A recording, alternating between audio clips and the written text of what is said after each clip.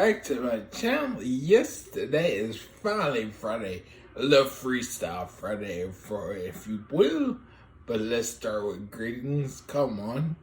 Hello, my name is Daniel. I'm your host. Guy in the chair. He said it. He said it. And today for Freestyle Fridays, and it's been about a week already, more than a week, and I've been meaning to do this here. What the Croaker Drinker has to say about Aquaman 2 and the Lost Kingdom. So, enjoy. Movies, much like people, sometimes have the rotten luck of coming along at precisely the wrong time in history, failing spectacularly where they might otherwise have flourished if they'd been a little bit more lucky with their timing. The first Aquaman movie was a perfect example of the inverse, releasing just when superhero mania was at its peak and somehow raking in over $1 billion, despite being so thoroughly pointless and forgettable that I genuinely struggle to even remember what happened in it. But the times, they are becoming quite different, which brings me along to Aquaman and the Lost Kingdom, the latest movie of the long financial suicide note that is DC on film for the past couple of years, and the final dregs of the once mighty DCU. A film that everyone with a shred of common sense predicted rightly would flop, co-starring one of the least popular actresses in Hollywood, released at the tail end of the worst year for superhero movies since Superman 4, and the sad final dribble of an aborted franchise that's now in the middle of a largely futile reboot. In short, it's flopping for entirely predictable reasons, most of which have got nothing to do with the quality of the film itself. And that's a bit of a shame when I think about it, because as much as it surprises me to say this, Aquaman 2 is not as bad as you might think.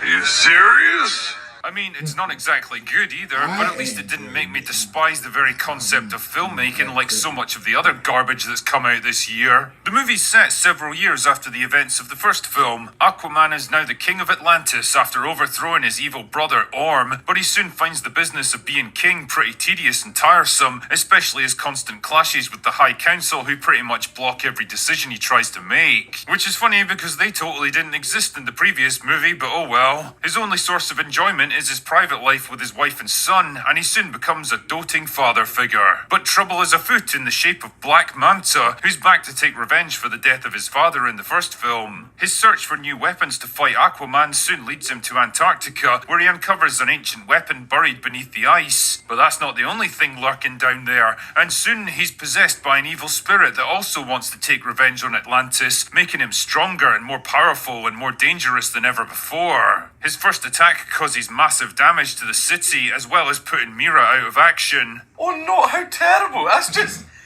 just awful. How terrible. Oh no. But it's just the beginning of a much bigger plan to destroy the world's oceans and free an entire army of demons imprisoned deep within the ice of Antarctica. With the fate of the world now hanging in the balance, Aquaman's forced to turn to the one man with the knowledge he needs to save it. You know, providing anything even resembling a fresh perspective on Aquaman 2 is going to be a tough one, because basically everything I said about Shazam 2, Blue Beetle and Black Adam holds true here just as it did for them. It's a moderately entertaining, comprehensively mid-superhero film with some decent character beats, a charmingly old-fashioned central theme of family and fatherhood that does nothing especially ambitious or different, and probably would have made a decent profit if it had come out 10 or even 5 years ago. If this film was a meal, it would be a cheese sandwich with a glass of water, the kind of blandly inoffensive food that nobody's ever going to get excited about eating, but it's unlikely to offend anyone either, except maybe vegans, but I'll take dietary advice from them on the same day I take likability advice from Rachel Zegler. The point I'm trying to make here is that Aquaman 2's biggest shortcoming is probably its own lack of ambition and self-confidence. It's a film so afraid of doing something wrong that it doesn't do much of anything at all beyond the most basic, tried and tested story beats that have been done a million times before. Our main character faces an existential threat and has to team up with a former enemy to overcome it. He begins as a reluctant hero who shirks responsibility but slowly matures into his new leadership role, and along the way the two men learn to work together and respect each other, ultimately putting aside their differences for the good of their own people. And I don't know, man, you'd think with nothing left to lose they would have gone for broke here and tried something really crazy and outside the box. The first Aquaman was a good time to play it safe as a franchise. This is not. Like I said before, there's a core theme of fatherhood, family unity, and learning to forgive and atone for past mistakes that doesn't exactly rock the world of writing to its core, but also doesn't feel like some preachy postmodernist struggle session either. And fuck me, it's a nice change to see fathers depicted in a positive light in a mainstream Hollywood movie for once. You can definitely tell this one wasn't made by Disney. The only hot topic issue that the movie really tries to address is environmentalism and global warming. The villain's plot involves burning fossil fuels to raise the ocean temperature and melt the ice caps to release the evil demon army, and yes, the implementation is just as clunky and on the nose as it sounds. But again, ideas like this have been in movies for decades now, and somehow it manages to come across as less obnoxious and vindictive than other components of the message. The cast are mostly adequate in their roles. Patrick Wilson's always been a favourite of mine, and although he's better than stuff like this, he at least gets to have a bit of fun this time around, and his chemistry with Jason Momoa is good. Speaking of which, Momoa does what he does best in this film, playing Jason Momoa. He's got the same kind of laid-back charisma that he brings to pretty much every role, but I don't know, man.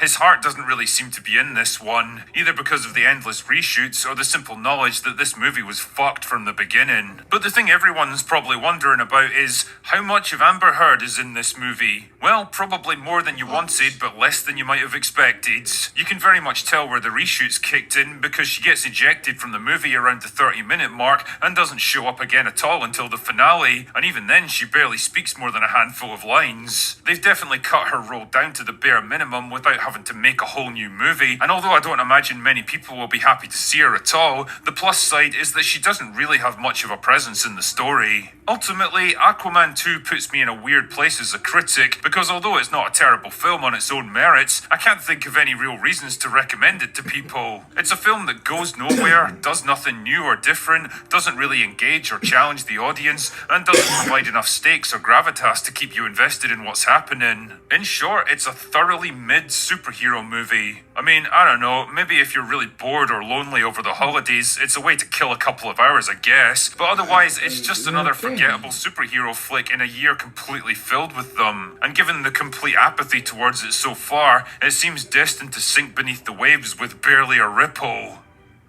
Anyway, that's all I've got for today. Go away now. Hey guys, I hope y'all liked what you saw and everything. I enjoyed Aquaman for what it was. It wasn't the best, but it was entertaining, I think.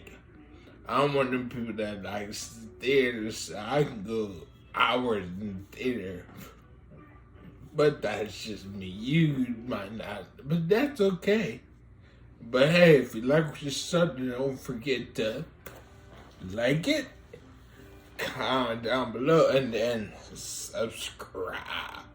And hit the notification bell to be notified every time I post a new video, and then share.